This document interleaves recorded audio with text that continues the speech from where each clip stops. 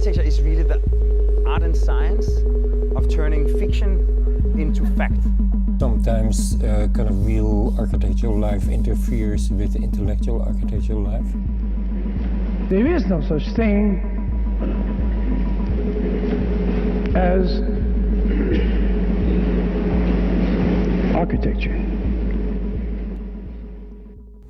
So, John, let's begin by, you have this formidable reputation in the city. Huh? Well, thank you. I think so, as a conversation builder, as a person very interested in building a culture of public discourse of a certain different kind. Yes. There is public discourse, of course, of protest on the street. There's public discourse in formal political arenas, but what you host through the famous John Boylan conversations is something that is unique. Thank you. So, and I've been on one of your conversations. I have some idea, but let's start by tell me. Briefly describe what are the kinds of conversations you try and hold, and what are you trying to do with them? All right. I've been doing conversations since the 1990s, and I moved away from the idea of a panel discussion to a round table. And what I usually do is I bring in 4 guests, 4, 3, 5, but most often 4, from a variety of disciplines. Usually there's an artist somewhere in the group. But I try to mix up people from art and science, or art and business, or art and artists and historians, a variety of people to talk about a topic. The topic may range from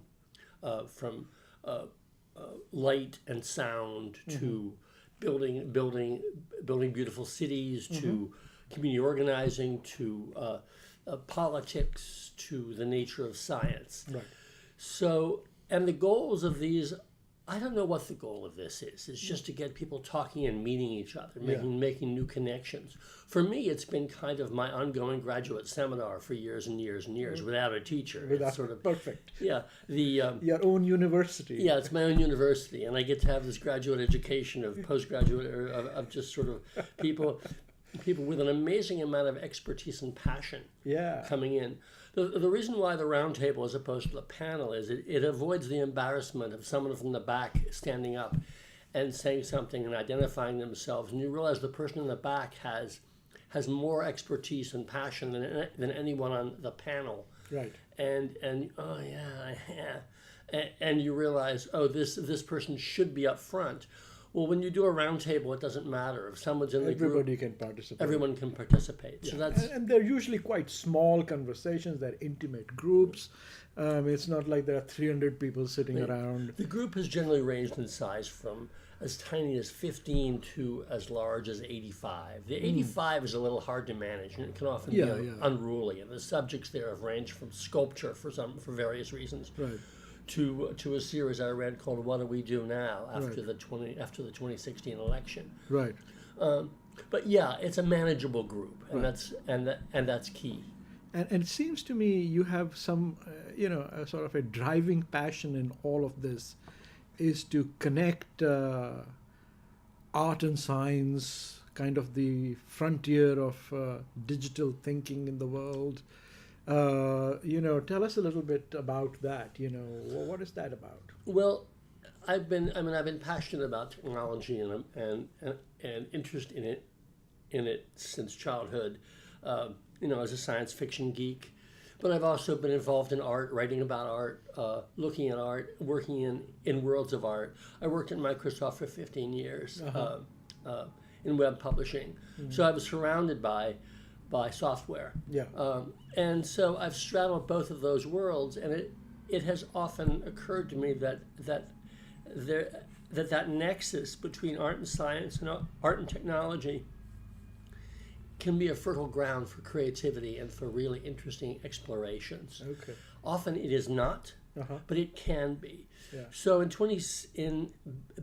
about 2014, it occurred to me that in about 18 months was going to be the half-century anniversary since an event that happened in New York called 9 Evenings Theater and Engineering, in which the painter Robert Rauschenberg got together with an engineer from Bell Labs named Billy Kluver. Kluver had worked with Jasper Johns, Andy Warhol, Rauschenberg himself to provide effects and certain technologies for their art. Right. But these two men produced this event called 9 Evenings that was 9 evenings of performance art driven by the high technology of the time. Right. The high technology was infrared cameras and live on-stage video projection and Doppler sonar. Right. So it was crazy. Some of it messed up. Some of it didn't. Yeah. The public was, since the work, they had 10 artist performers, included Rauschenberg, John Cage, a number of the dancer choreographers from the Judson Church Dance Project. All 60s minimalism. Wow. A lot of the people who were in attendance couldn't quite figure out what was going on. Did they record all of this? Yes, there is video out there. Some of it's online. Okay. Anyway, it was sort of a pivotal moment, although only known historically by people who are interested in it. Fast forward 50 years. 2016 was the half century. No, first, before we do your sort of version of that, tell us why it was pivotal for you. I mean, why do you think of it as a pivotal moment? What the value is in all of this? Yeah. No, that event. Well, that event was so. When you see the old video, you see these performers and artists working in the same room with these engineers from Bell Lab. They had 30 engineers and technicians from Bell Lab who basically and it's a very analog world, isn't it? A lot of it's analog. It's on the edge of digital. Yeah. Bell Labs had invented the vacuum tube at the beginning of the 20th century, and in the middle, pretty much invented the transistor. Right. So the transistor was invented. The integrated circuit, a lot of work had been done, but the switching systems were very much analog, and they were massive and complex. And there's Rauschenberg and John Cage in between. They're like producing music and producing art, producing performance. The Rauschenberg piece starts out with 40 floodlights of the sort, of the 60s version of what you see in a tennis court at night, all around this massive armory, the 69th Regiment Armory in New York City, where the Armory show was held, famous space. Okay. In the middle is a tennis court. Right. That's been built. Onto the tennis court comes the painter Frank Stella and his tennis coach. Right. He's in the white flannel. She's in the little tennis dress. Right. All very 60s. She does the whole measuring of the net to make sure it's the proper height. All of that, and then they begin to play. What happens as they play is that each racket is outfitted with a vibration sensor and a small FM transmitter. I see. That transmits to a retransmitter just next to the court, which transmits up to a switchboard, up in the above the bleachers, that then sends out a command to do two things. So every time you hit a ball, the vibration creates an effect, and the effect is a sound. It's not walk, walk, walk. It's bong, bong. So you're hearing bong, bong, bong, bong. And each time the ball hits the racket, a light goes out. 40 lights. So slowly the room descends into darkness. I see. And with the darkness, there's a huge cloth screen that's hanging above the audience's head. And on this is projected infrared image of I forget how many people. I think it was about 80 people. There might have been as many people on stage as there were on the audience. And each person, these people were volunteers who'd been gathered, I think in part from a school that Rauschenberg had given money to, and were given an instruction to make a motion. I see. So you have these people standing in the dark making these motions, not seeing anyone around them. And they are then captured in infrared, and that is projected on this huge screen. So I mean, that's the kind of work that they that's did. the milieu. And what it reminds me of is people like Edgar Varese. Yes, yeah. And the work that, do you know, he did with Le Corbusier at the Philips Pavilion in Brussels. What happened? Oh, it's just this pavilion kind of made in the shape of a stomach made in the shape of a hyperbolic paraboloid. And inside That's that, right. Corbusier projected all these strange images as if it was some kind of a personal history with kind of blacklight things and moving colors. And in between, there's this Edgar Varese's music, which goes like, "Tong!" things like that. Yeah, I have a sense of that happening, but don't know anything But about I'm it. talking about that milieu. It's the Sure. 50s and 60s, and Yes. they're determined in a cross-disciplinary way Yes. to advance the frontier of artistic and scientific thinking in a single register. Yes, and I think one of the interesting differences between then and now Yeah. is that the engineers really, they had to kind of come up to speed. As somebody pointed out, the artist would ask them to be able to do something, and the scientists would, or the engineers would say, well, you don't have to do it that way. You can do it this way. Right. And this way would be a lot simpler, but it would have it would not have the artistic effect that that the artist was looking for. And so those back and forths were very educational. Right. So what was your project? Now bring us to your 50 years on. Well, so 50 years on, there were events that happened all over the world. There was one in London. There was a big event that happened in London. There was a smaller video festival that happened in New York. Yeah. There was a showing in Turkey. Yeah. There was a small event in San Francisco, all to commemorate the half century. Yeah, yeah. We went with the whole 9 evenings concept. We had 9 days and nights of installations and performances. I think the numbers are something like 14 performances, 15 installations. Most of the performances were here in Seattle. Yeah, here in Seattle. Yeah. In the attic of King Street Station. I see. Which was a big raw space that's now being converted into the offices of the Office of Arts and Culture. Right, the city's arts office. Yeah. But yeah, and so we were able to produce a dance performance that looked at surveillance. DxArts from the university did a piece around neuroscience and sound. Yeah. Thomas Duell, who is an MD, a neuroscientist, and a composer, worked on a project using a tool he calls the encephalograph, which is a tool that allows people to make music with their brains by thinking. That was something that was tried to do in terms of the EEG when it was invented. But until you could bring in really good software into play, it was much more of a rough on-off thing. Right. I'm thinking, I'm not thinking. Yeah. As opposed to actually being able to guide the qualitative nature of the sound. Right. So with that tool, the user is able to make the pitch go up and down, and can play music. I see. Those are the kinds of things we did. We had What was your favorite? Describe to me a successful evening from your perspective. I think there was an amazing night when there was Coleman Pester is a young choreographer, and he produced a dance.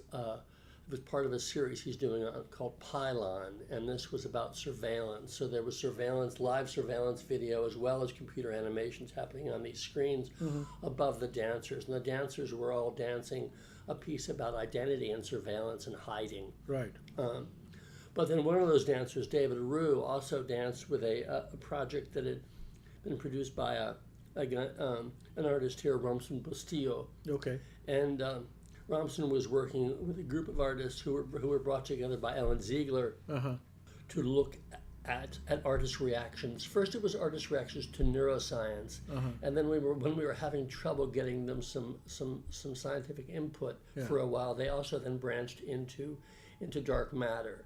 So the group of artists bifurcated. Some looked at dark matter, some looked at neuroscience. Those are both like you have me like it's like dark matter and neuroscience. Yeah, what incredible topics. I know. Amazing topics. Well, Ramson did a piece of batik hangings that had a lot of symbols and then some zeros and ones, and then did this performance with David Rue, a dancer who was also in the other dance piece, about the differences in language and linguistic conventions and slang conventions between the Filipino American community and the African American community. And it was an amazing performance, and there were large groups of people from both communities,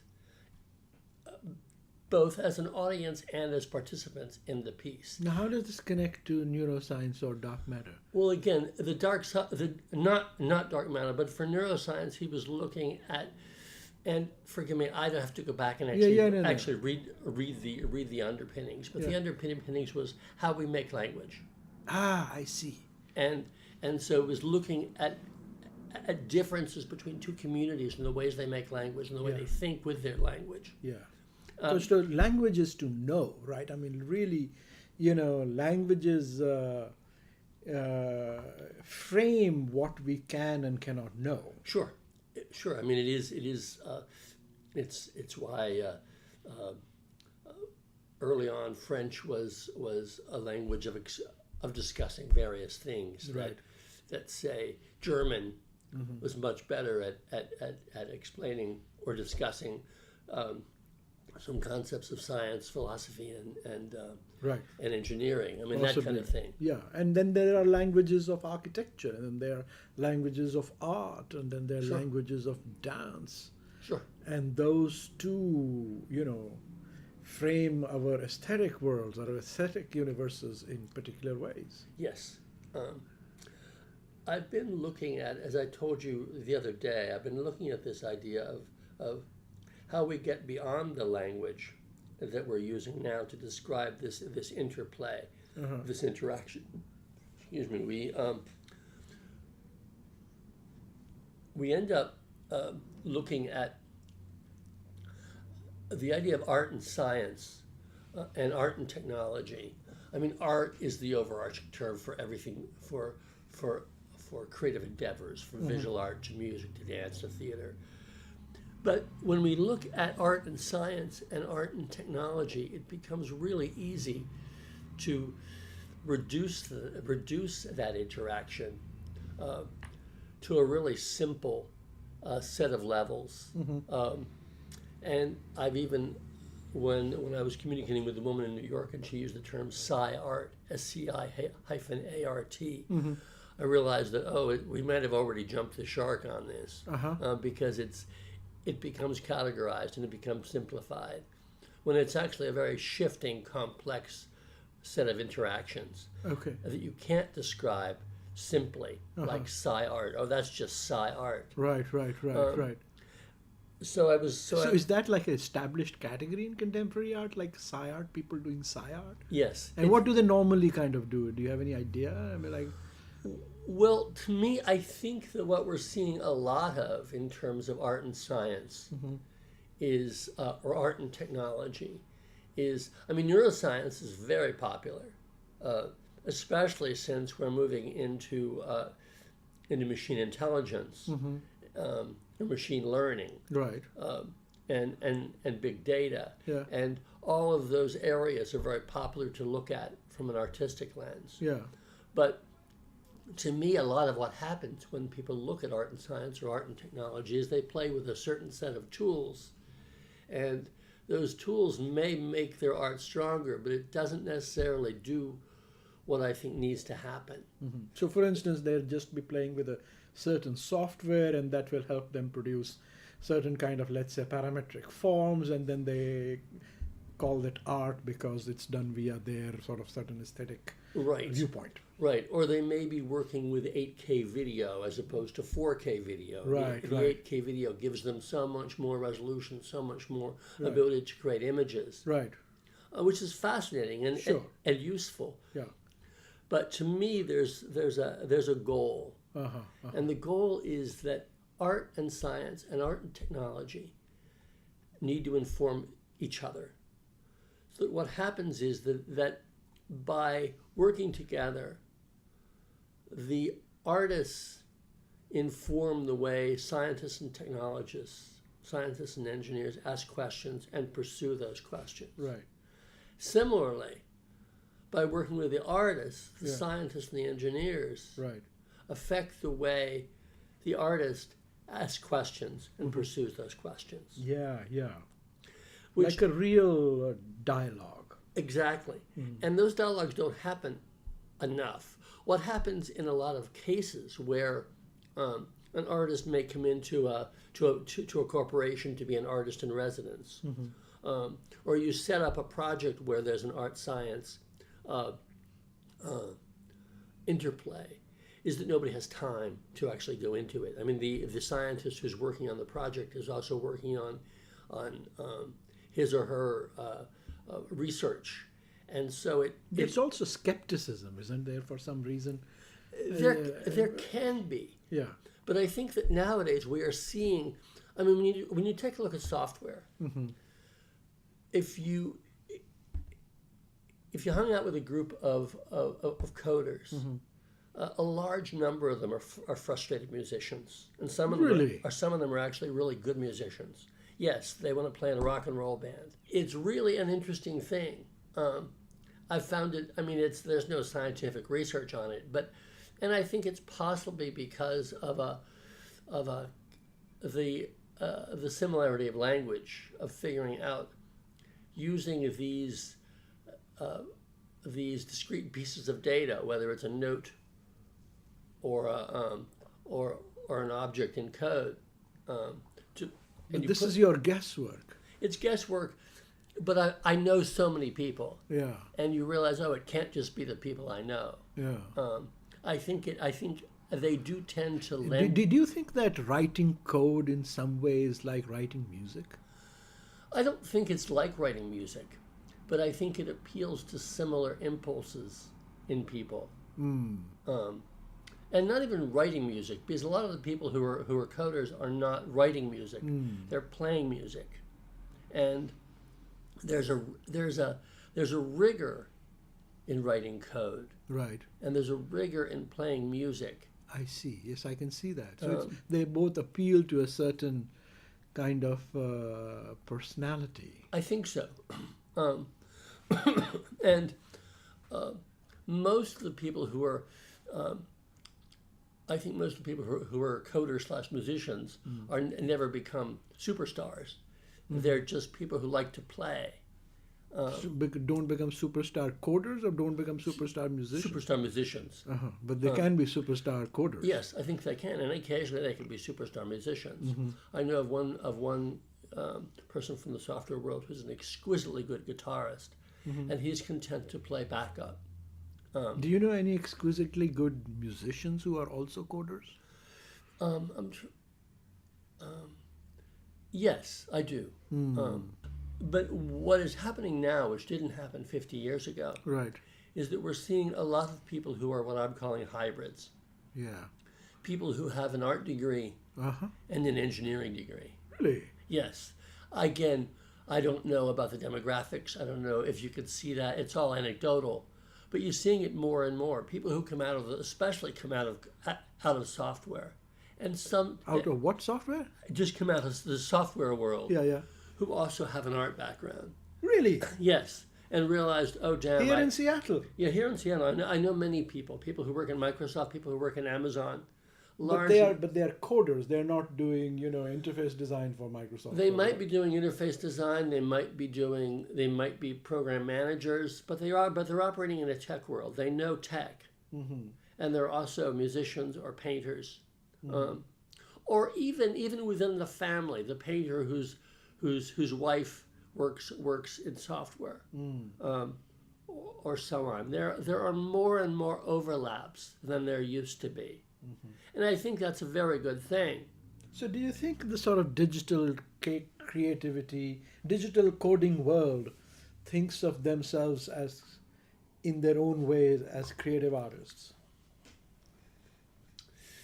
That's been a question I've had from people. This is your project, isn't it? Yeah, in a way, yes. I mean, do scientists feel the same way? Yeah, do they? That's a good question. I don't know.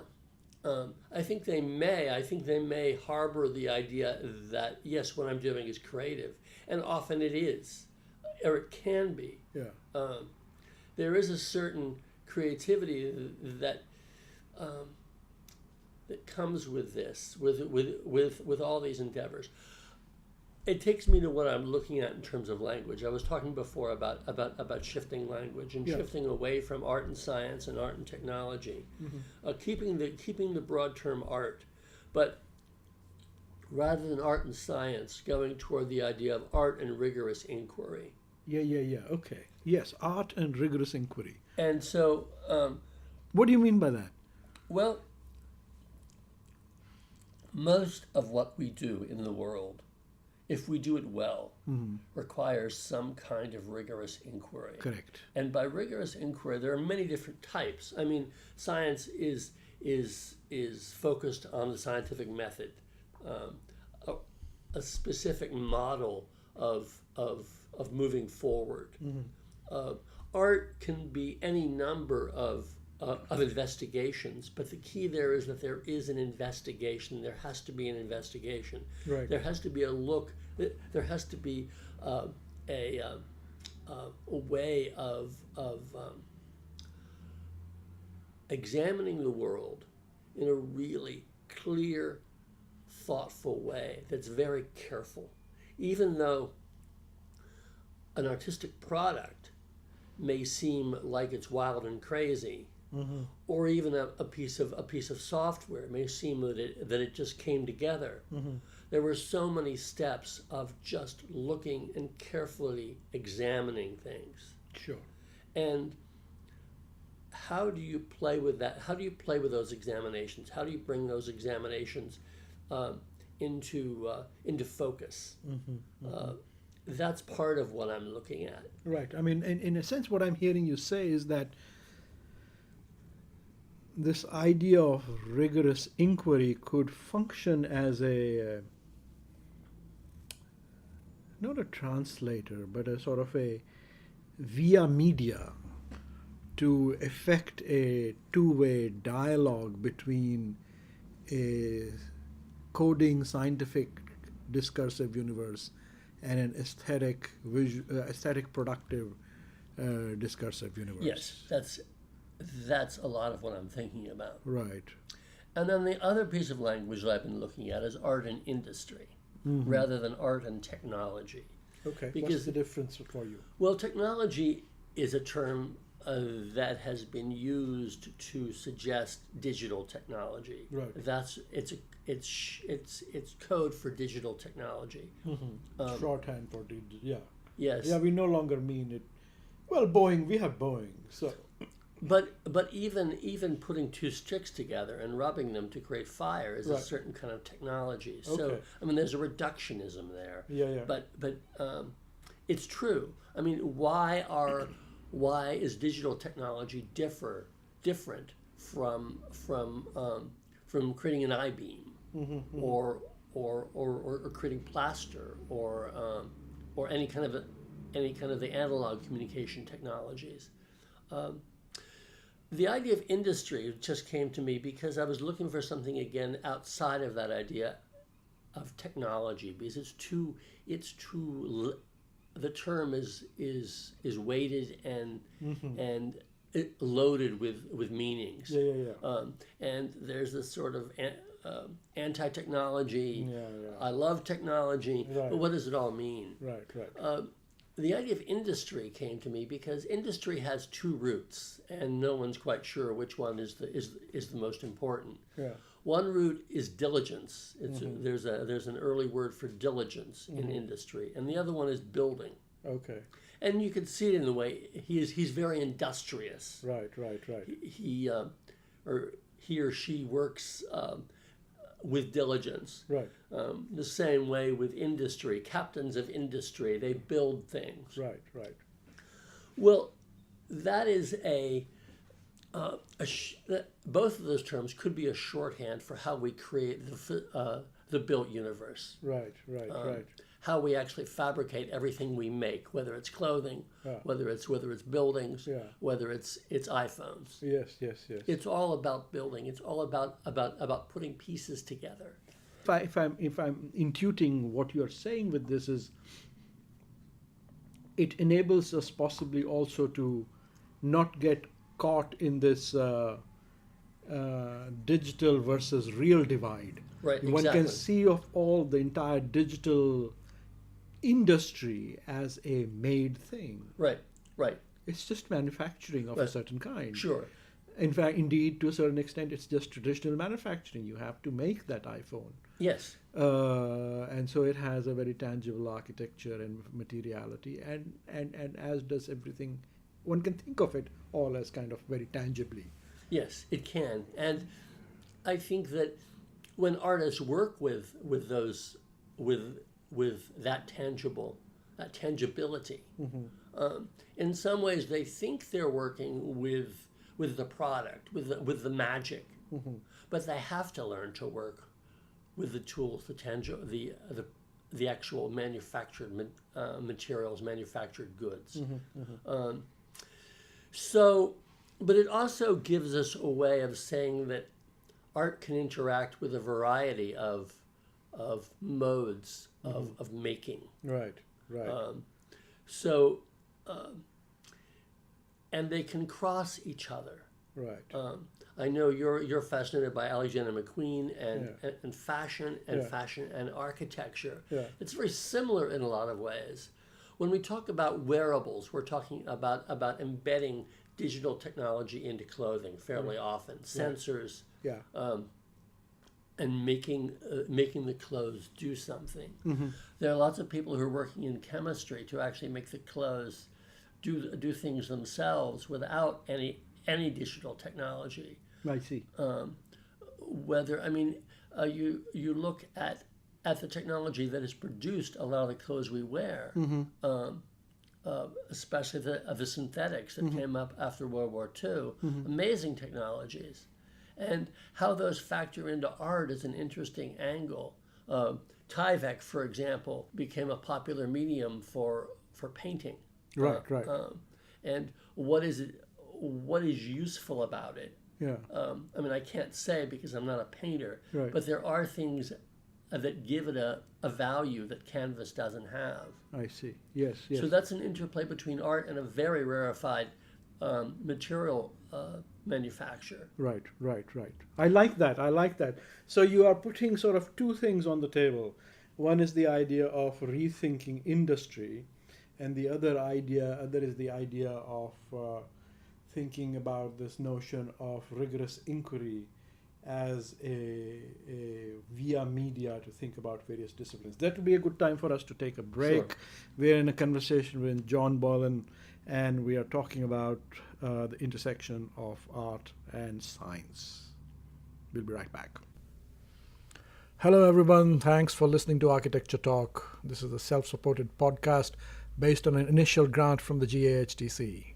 For more information about GAHTC, please visit gahtc.org. We release a new conversation every other Wednesday. So, if you're enjoying this conversation, please do be sure to visit our website and to check out some of the earlier conversations. From the website, you can also subscribe to this podcast and you can listen to the other episodes.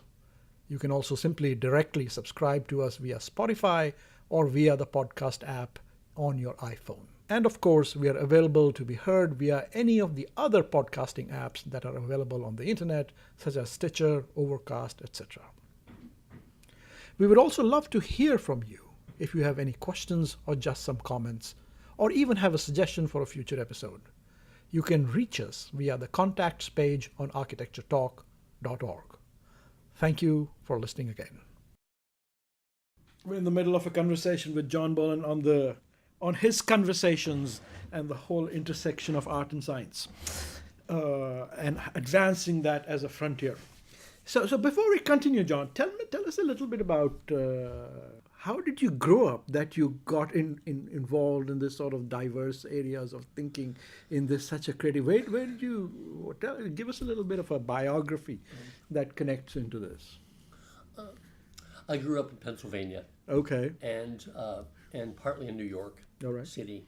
My father was he had been a steel worker and an actor, and so I suppose there's that. There's a little bit of that right there. Yeah, and my mother had been a career girl in New York. She didn't marry until she was 37 years old, which in those days was very rare. She had me when she was 39. Yeah, my father had been he worked his way up in steel, and when he retired, he was production manager of a boutique, a steel mill about the same size as the Nucor mill Okay. in Seattle, making rebar. But and then he came out here, retired out here, and from Pennsylvania, and created a whole new acting career. He's actually, I can readily ask people, have you seen Sleepless in Seattle? Yeah. And the question is that my father was the elevator operator who takes Meg Ryan up the Empire State Oh, Building. yes, of course. That's an incredible scene. Everybody knows that scene. Yeah, I know. And he gives her, he says a few supportive words to her. Yeah. And his other major, I mean, that was a tiny role, but it's been seen all over the world. Oh, sure. And And it's an iconic moment in the film. I so- know, it is. And his other major claim to fame, him, and he acted here in... So you belong to a part of Seattle cliche. I mean, Yeah. Well, he was also the mayor of Twin Peaks. Oh, okay. Now that's serious Seattle. I know. history. It's amazing. So there's all that, but I never had enough patience with mathematics to become a good engineer or a good scientist. Right. So I've always dabbled and been interested in the topic. Written a little bit about it. I did a lot of writing about soft technology when it was happening, and especially in the 70s with the advent of new solar design and that kind of thing. I see. 70s and 80s. Soft technology? Yeah, soft technology was the term that was used at the time. Appropriate technology, alternative see. technology with it. Why is it called soft technology? It would have low impact. What's the hard edge? For example, low-head hydro electrical generation Right. would have very minimal ecological effect, Right, but would right. still supply power. Sure. That kind of thing. Yeah. I mean, windmills now, wind generators are massive, and they do have fairly major possible effects in terms of, say, birds. Yeah. But they're not like a nuclear power plant. No. So anyway, I've always had this interest, Yeah. and my education was in English literature and world history. I got World history, that's yeah, my yeah, topic. Yeah. Well, I got two bachelor's degrees. Uh-huh. I created the second degree just by taking a lot of extra courses when I was in college. Okay. I have enough courses to do two full degrees, so that's what I did. Excellent. And I made a point. There weren't all that many interdisciplinary programs then, but I was able to make one myself by choosing courses. I would choose a course that would complement another course. So I would choose. I'd be studying Asian literature and translation at the same time as studying a course about, say, the British in China. And be able to get or Japan, the rise of the Meiji Restoration, Right. that kind of thing. Right. So really, you're a global thinker, both a global in the sense of global history, but also global in the sense of cross-disciplinary. Yeah, I try. Yeah. My master's was at the U, and it was a communications master's. I'm not sure why I took it, because the program then was very heavily into effects research. Yeah. Numbers crunching, and I took those courses, but it wasn't what I was really interested in. I was trying to do a critical theory degree, and I was able to put it together, but What did critical theory mean to you then? well, I mean, it was the heyday. It was the 90s, so there was everybody was looking at Derrida. Derrida, Lacan, Foucault, Sure. Deleuze. Yeah, and I was a lightweight in those areas, Okay. but in the end, my thesis was looking at how the New York Times contextualized Tiananmen Square for an American audience. What kind of language did it use for this cross-cultural communication? Right. Especially since Tiananmen was loaded with so many reference points, Right. both to China and to the West. Yeah. I mean, you had students singing the Internationale, Yeah. but or were they? It's hard to know because unless one speaks Chinese, which I don't. Right. Those weeks when the students were in Tiananmen was a reference to any number of events in the 20th century, like a sit-down strike, like a hunger strike. All those things were happening. So they were this. It was almost like this. This end of century review Yeah. of 20th century politics around the world. Right. Nonviolence. Yeah. And how do you capture that? Yeah. Especially, so those were the kinds of things. Were you here during the WTO protest? Yes, yeah. Did you participate in? What's So- your memory of those? I mean, I was actually living at a residential hotel, and a lot of the people in the hotel were people from out of town, so I hung out with them. But I was working temp, and I couldn't. Okay. So I couldn't take off too much time. Right, I worked the first day, took a bus out to work, took a bus back. The bus would actually have to reroute because it couldn't go through town, and then I would do the nighttime demonstrations. But had many great stories. I mean, it was fascinating. It was weird to watch because you could see it was already sowing the seeds of its own destruction in a way, in that radical street actions tend to finally fizzle in ways that Because why? because when you try to rally hundreds of thousands of people Yeah. who don't know each other, who've never been trained around a certain discipline, Right. it all goes crazy. I was just reading about the Spartacus League Yeah. in Berlin Yeah. right after 1919. Okay. And how that all fell apart. Okay. And it's really hard to do. It's really hard to affect change through street action. Okay. You can do some things, but sooner or later, the powers that be are able to pull everything back. Sure. So how did then, from this background, how did you become a radical conversationalist? The conversations were kind of accidental. I was editing an art magazine here called Reflex that ran from '86 to '96, and I was the manager for 1 year and then the editor for the last 2 years, and we closed up shop in '96 for reasons I won't go into. But one of the side elements of that project was that there was an art panel discussion that was a corollary to the magazine, and it was run by a number of people. I took it over in those last couple of years and ran it, and there was usually artists talking about art, but I got kind of tired of I've never liked the panel framework. Yeah. It has too many problems. Right.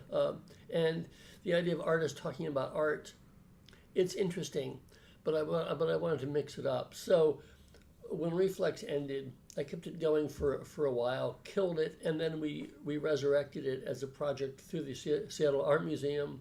About a year later, pulled it away from the museum, and I'd morphed it then into a way of having a round table and taking a look at how you might bring a conversation about physics into art.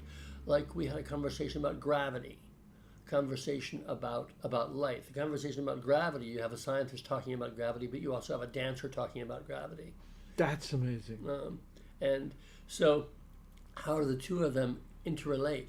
And how do those two treatments interrelate? Yes. So those are the kinds of things I've been doing for almost 20 years, pretty much 20 years. Yes, that sounds like such a great idea, because gravity I can immediately see how the scientist and the dancer have to deal with. And I think we might have had an architect in the same Yeah, room. definitely the architects have to deal with gravity. There's All the no time. question about that. Yeah. But now you're having conversations where you have us all talking about dark matter Yeah. and more sort of difficult, but still very real things in the world. Well, they come and go. I mean, in terms of difficulty, but yeah, I mean, I'm trying to keep them complex, and producing them is exhausting because it's like herding cats. You have to try to bring 4 people into the same room at the same time, and do it a month in advance or a couple of weeks in advance. You can get it. So I've been doing it without any funding. Yes, how do you do it? You just make a lot. You just send out a lot of emails to people. Right. And I have a huge number of people I know, and it's really funny how sometimes I may not have a conversation in the works 2 weeks out, and then someone says, "Why don't we do this?" And I say, "Oh yeah, you could be part of that, and she could be part of that," and then the conversation happens. Right. There have been times when nothing came up. So I've done conversations where I just say we're going to talk about we're going to take stock of the world, and those are usually smaller, maybe 20 people. But again, the conversations. I think the sweet spot is about 30 to 40 people in the room. So is this can we describe this as a kind of another kind of a alternate radical public agency? I mean, it's kind of call to arms to people, but in a very different, diffused, slow burn, mind transforming way versus something that happens on the street. Well, it is. I think one thing I'm pleased with is the amount of connections I've made between people over the years. Yes, for sure. Somebody who is in this discipline meets someone in that discipline, and they become friends, collaborators. Yeah. I've had that happen a number of times. Right. Yeah. I mean, I have had a variety of people through the conversations. Several mayoral candidates, either before or after they were, years before or years after they were in the mayoral position, Right. have come through. Okay. A number of well-known scientists, a number of successful artists. So it's I love it when two, say, social organizers meet and they're coming from two completely different directions. Right. But they find commonality and then they become friends. So in a sense, you're building this community around Seattle. But in a sense, isn't it also true? And I think weren't we talking about this earlier, that Seattle is making you. Seattle is making the conversations. This is a community in a sense that. Do you think this is a community that is somewhat subliminally partial to such kind of intersecting conversations? That's a good question. I have a friend who thinks that Seattle is a government experiment. Government experiment. To produce these kind of docile liberal people who I can see that. who are just happy to do all the things that they do, and they're sort of, and I mean, she has real questions about Seattle. Yeah. It's I'm seeing a lot of commentary on Facebook about how Seattle's lost. There's the city we thought we had is we don't have anymore. Well, it's changing. There's no question about that. It is changing, but I heard comments like that 20 years ago as well. Yeah. And I can imagine what it must have been like to live through other changes in the city. Right. We are living in a moment when we have an incredibly vital cultural scene happening here. Massive numbers of performances. Right. And some of it's high quality, some of it's not. I don't think we have a level of excitement that we should in a city of this size and money and intellectual heft. Yes. You mean, we don't have the kind of cultural and aesthetic excitement Yes. that we should have for a city with the kind of digital and economic firepower we have. Yes, it's true. And why is that? Why is that? I don't Tell know. me. I don't know. Part of it is that we're so physically isolated. and the isolation works in some ways for developing products, because you're just here developing the products. I mean, isolation didn't stop Amazon from becoming a global superpower. Right, but the thing that happens when you live in a capital, when you live in a center, is that people are always coming through. There are waves of influence, and Seattle has influences, but it doesn't have waves of influence the way you would have in a city where there's other vital cities 50 miles away, or 100 No, I miles. understand all that, John, but nevertheless, I'm interested in what does make this city tick, and why is it that we have, in sort of Twin Peak land, do we have Amazon and Microsoft and Boeing and these sort of this should be a small town in the backwaters of somewhere. It is funny how that all those companies decided to locate here, partly for resources. I mean, I would assume Gates came back because he grew up here. Yeah, of course. Yeah, but still. But Bezos came here because Gates had been here, and there were so many software developers. I think. I mean, that's been one of the stories. It sort of has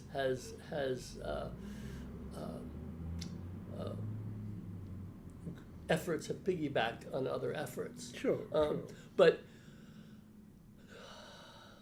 I think that Seattle was a working class city for decades, a city of the first and one of two major general strikes in the United States.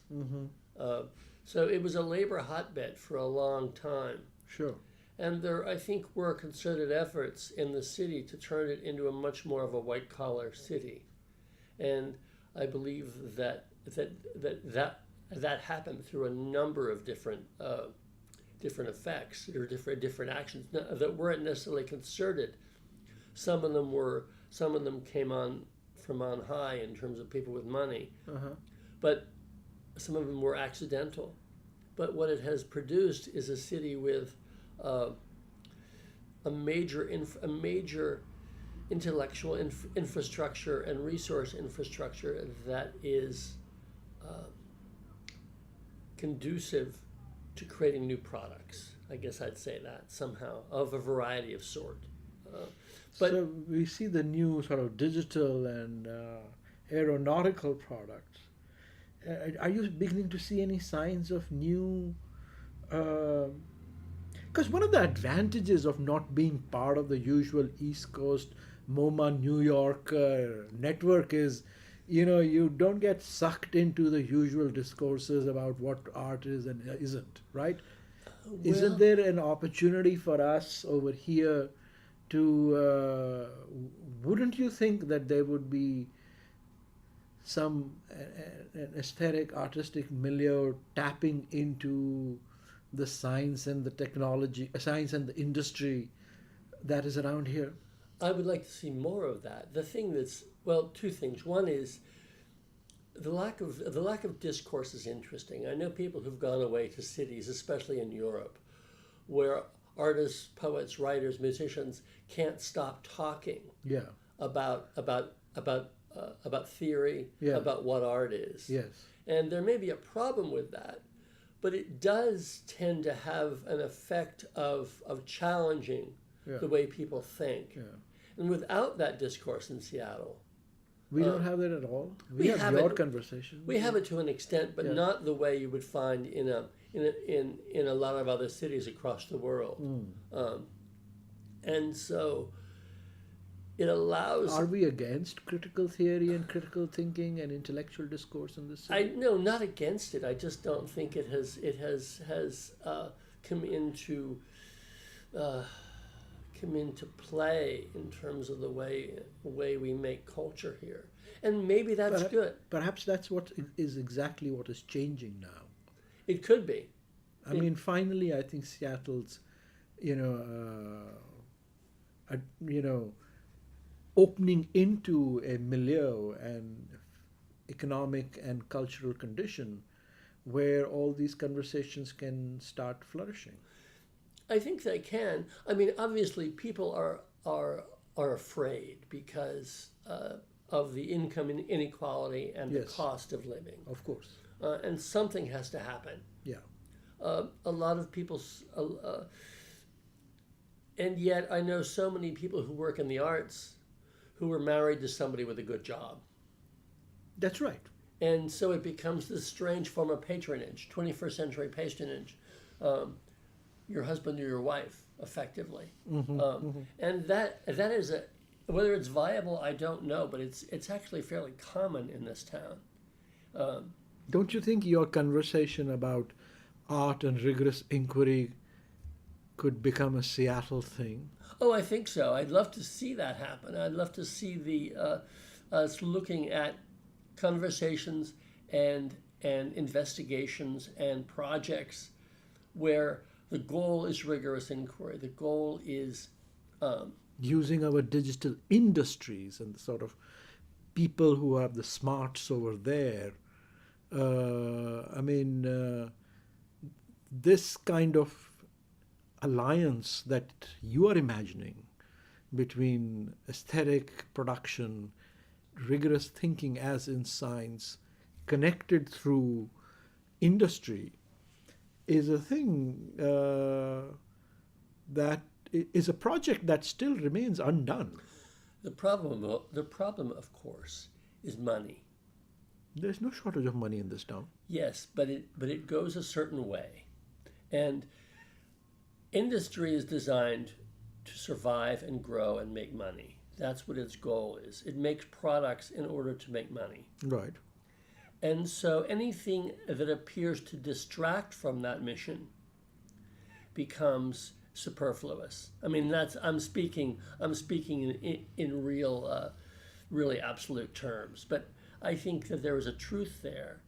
No, but you were earlier describing the recharacterizing the nerd, whom we think of as a dullard who only knows how to code, as a musician, as a closet musician or a real musician.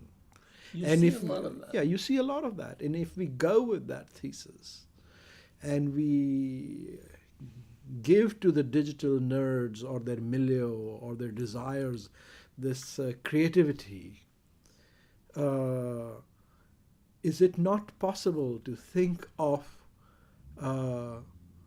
these new 21st century industries as potential openings to a different kind of understanding of what productivity is? Sure, I think it could happen. It could be revolutionary. And we could do it here because we are such a strange site of production. I mean, Yes, we are strange, and that's what is unique about us. Go on, sorry. Yeah, I mean, just as I've looked at elsewhere, we have a diversity of production that you don't see anywhere. Well, what do you mean? Well, again, most cities are known for one or two things. Houston is known for oil and gas and medical research. Right. There may be other things. Of course, it has universities, whatever. Yeah. But Hartford, Connecticut is known for, I believe, Insurance, yeah. And so on. Seattle is known for a lot of things.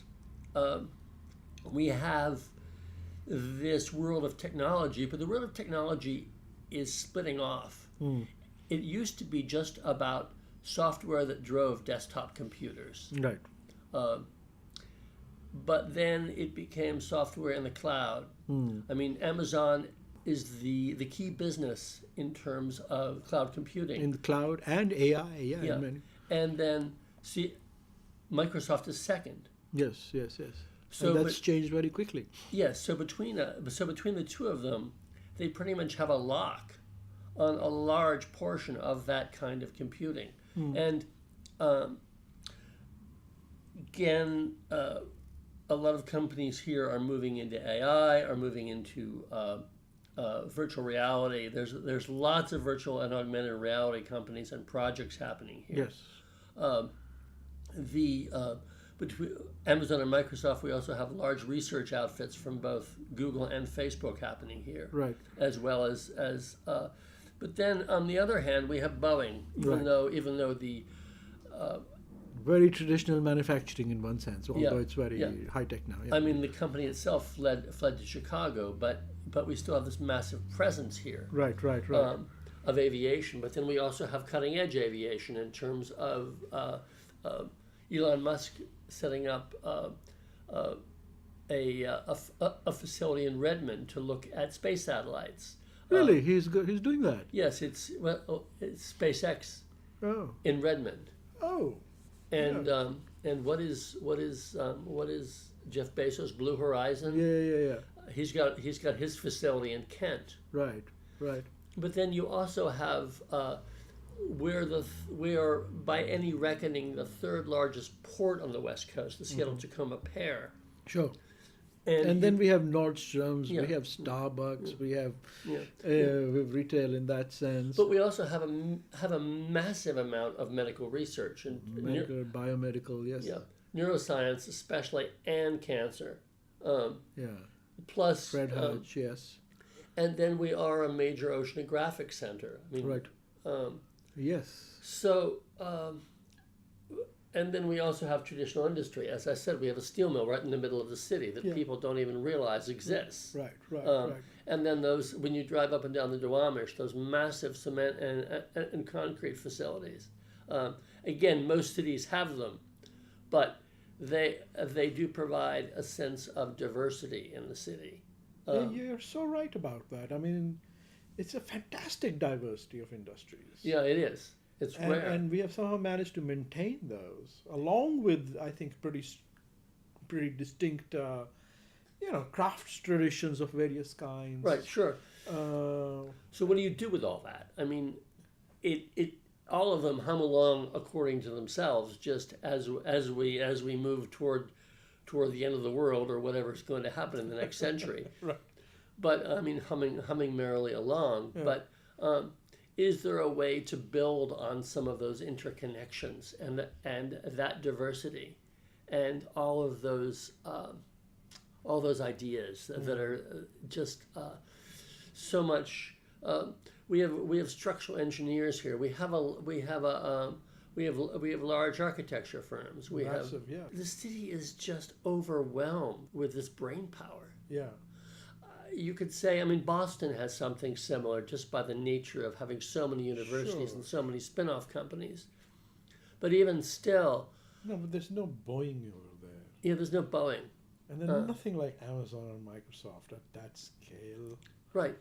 I mean, even Silicon Valley is Silicon Valley for pretty much one focus. Yeah, no, absolutely. Yeah, they are one focus. I mean, I'm sure there's diversity there. But I'm very intrigued by this idea that there is all this brain power, but it's multidisciplinary brain power floating around in the city. This is not just Amazonville. Yeah. And indeed, that is exactly the diversity, which is valuable just in and of itself as diversity, but it's also the start point for thinking about how all this knits together. Right. Not to homogenize, but what are the possibilities, given that this is the 21st century and it isn't about specializations, what are the possibilities of kind of, like neurons in the brain to affect electrical impulses across smart people in various strong disciplines? Yeah. I think that sometimes the companies are trying to do those things for better or for worse with say, artist residencies or art programs in the companies. Mm-hmm. I think that sometimes they're successful, sometimes they're not. Right. But can we do something larger? Yeah. Can we try to knit together this sense of ideas? Yeah.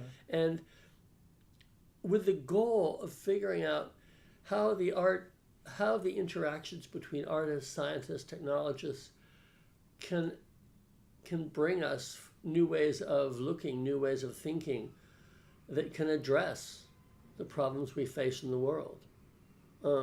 I remember... or a new way of being in the world. Right, a new way of being in the world. I mean, this is a big question nowadays with all the AI and all that. Like, what does it mean to be in the world, given Facebook, AI, and Sure. the new thing? One of my favorite design writers was Victor Papanak. Okay. Do you know his work? I do not.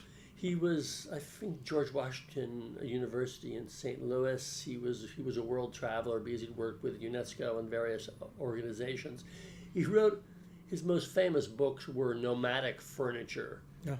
They were these big books that looked at how you could build furniture that you could either move or take apart or throw away. Okay.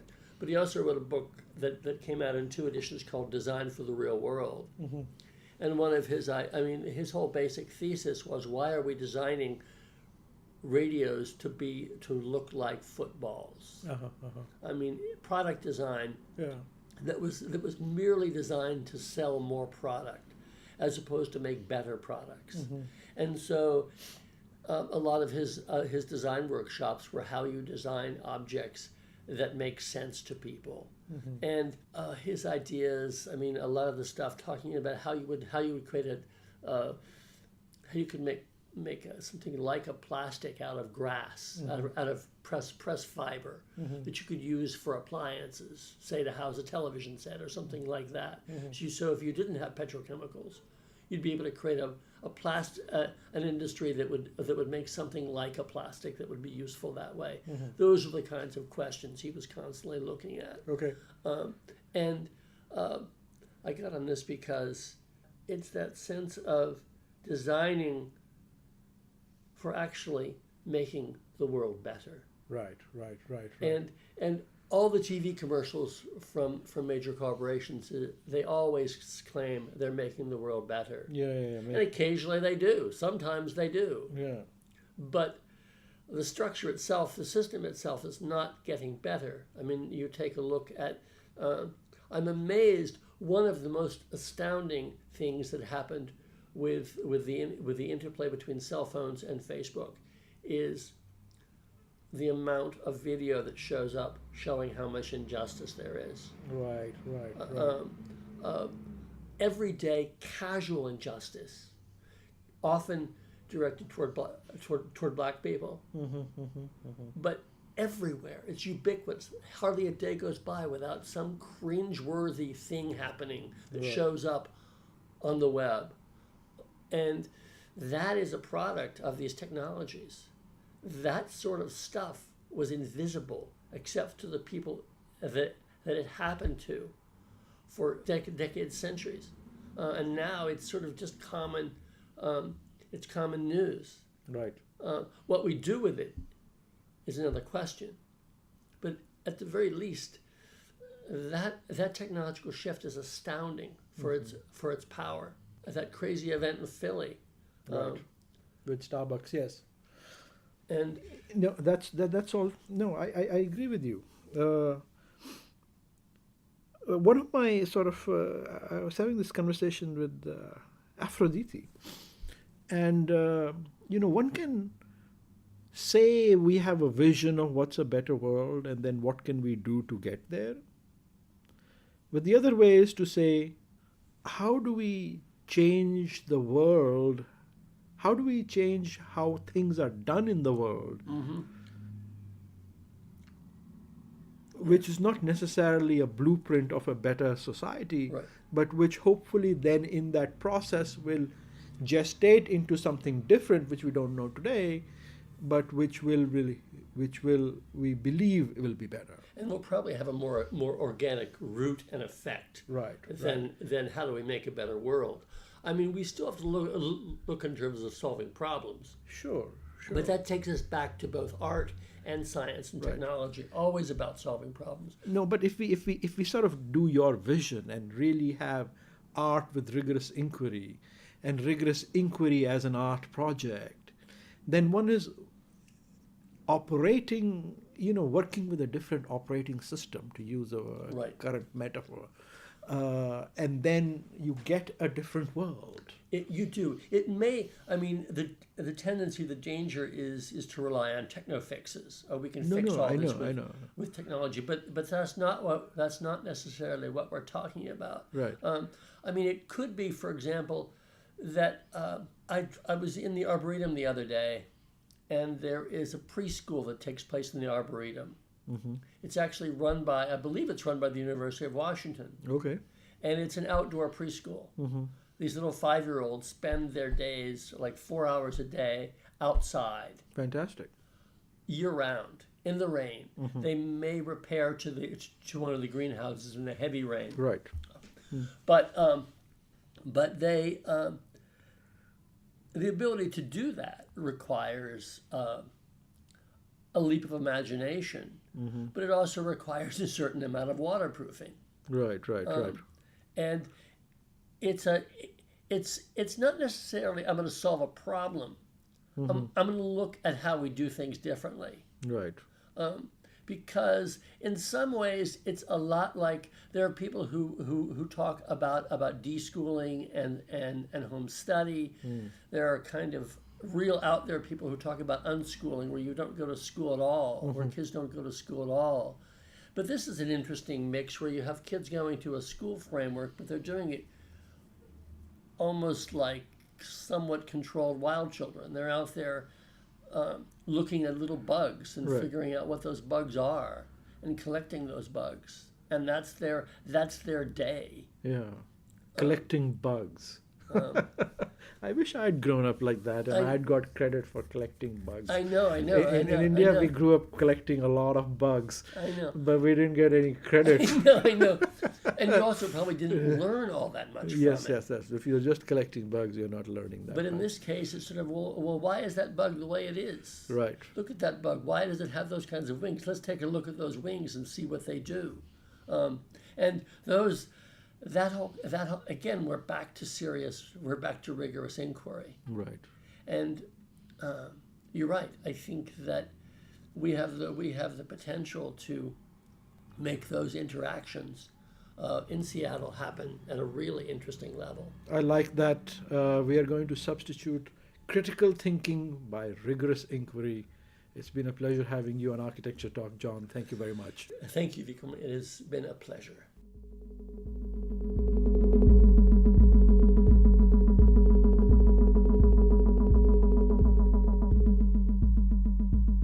Thank you for listening to Architecture Talk. This is Vikram Prakash, your host, and our producer is the one and only Sammy Prouty, a graduate student of architecture here at the University of Washington in Seattle. I hope you all enjoyed our conversation, and if you did, please do take a moment to subscribe and to rate us on iTunes. See you next time. Take care. Goodbye.